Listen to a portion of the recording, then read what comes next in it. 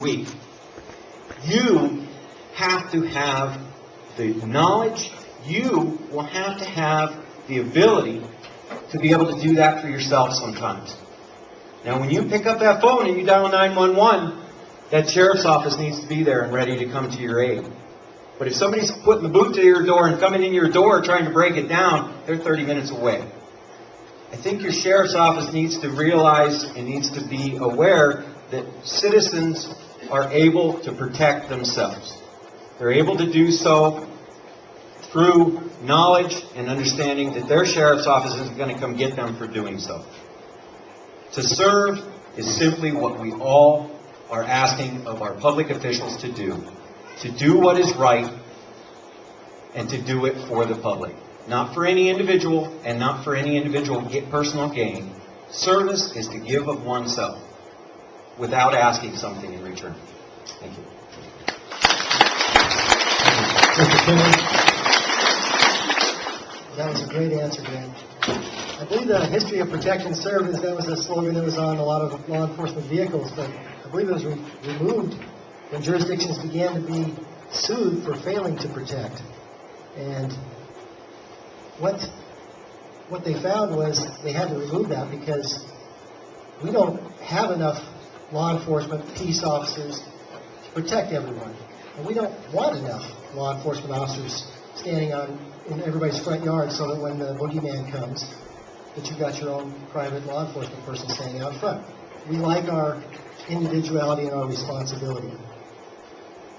I will serve you by making sure that you have the means constitutionally to be able to protect yourself.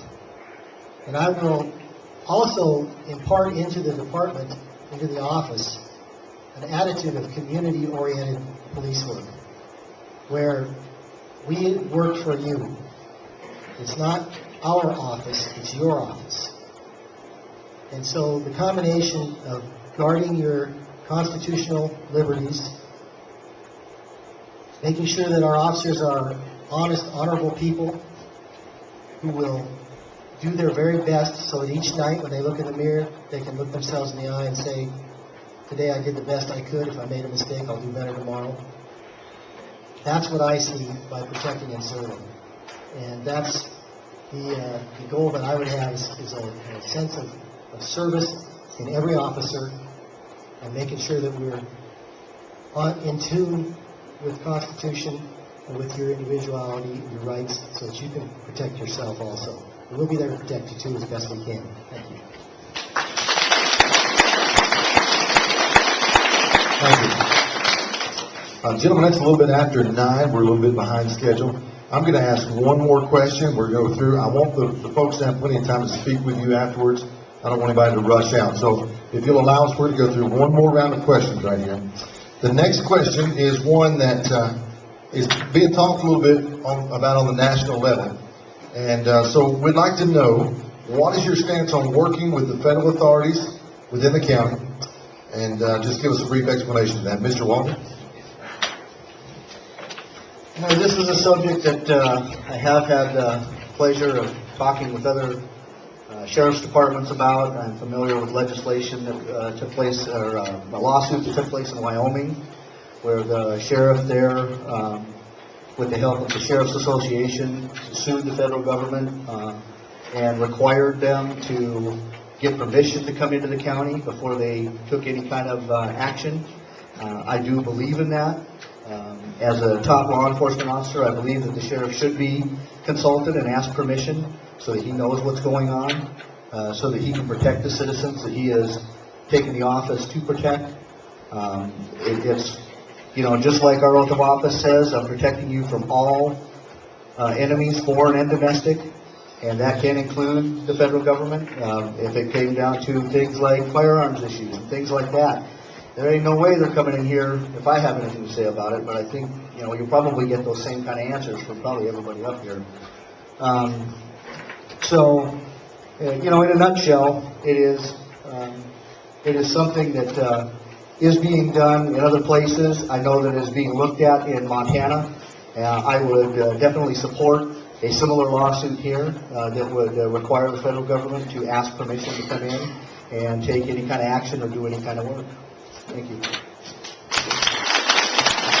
Mr. Dolan? Thank you. The sheriff is the chief law enforcement officer in any county. It is the sheriff's duty, I believe, to protect the rights of the citizen. And that includes stepping up to Uncle Sam, if that's what it takes. I've been asked a lot about what would I do if the federal government came in and tried to take my guns, if they come in and try to violate my rights as a Lake County citizen. My answer to them has always been the same, and it's going to be to you tonight, is federal government comes in and tries to violate the rights of a law-abiding citizen. It's my duty as your sheriff to step in between and protect your rights, even if that comes down to making an arrest to a federal agent. Hopefully that doesn't happen. And I agree with candidate Walgren that the lawsuit that had happened encourages the federal government to advise or ask permission of the sheriff prior to coming into the county. I wholeheartedly agree with that. If somebody comes into my county, whether it be federal government or Missoula County, Flathead County, anybody else, they darn well better let the sheriff know, because he is the protector of the citizens. And I can't do that if I don't know and I'm not informed. Thank you. Thank you, Mr. Jones.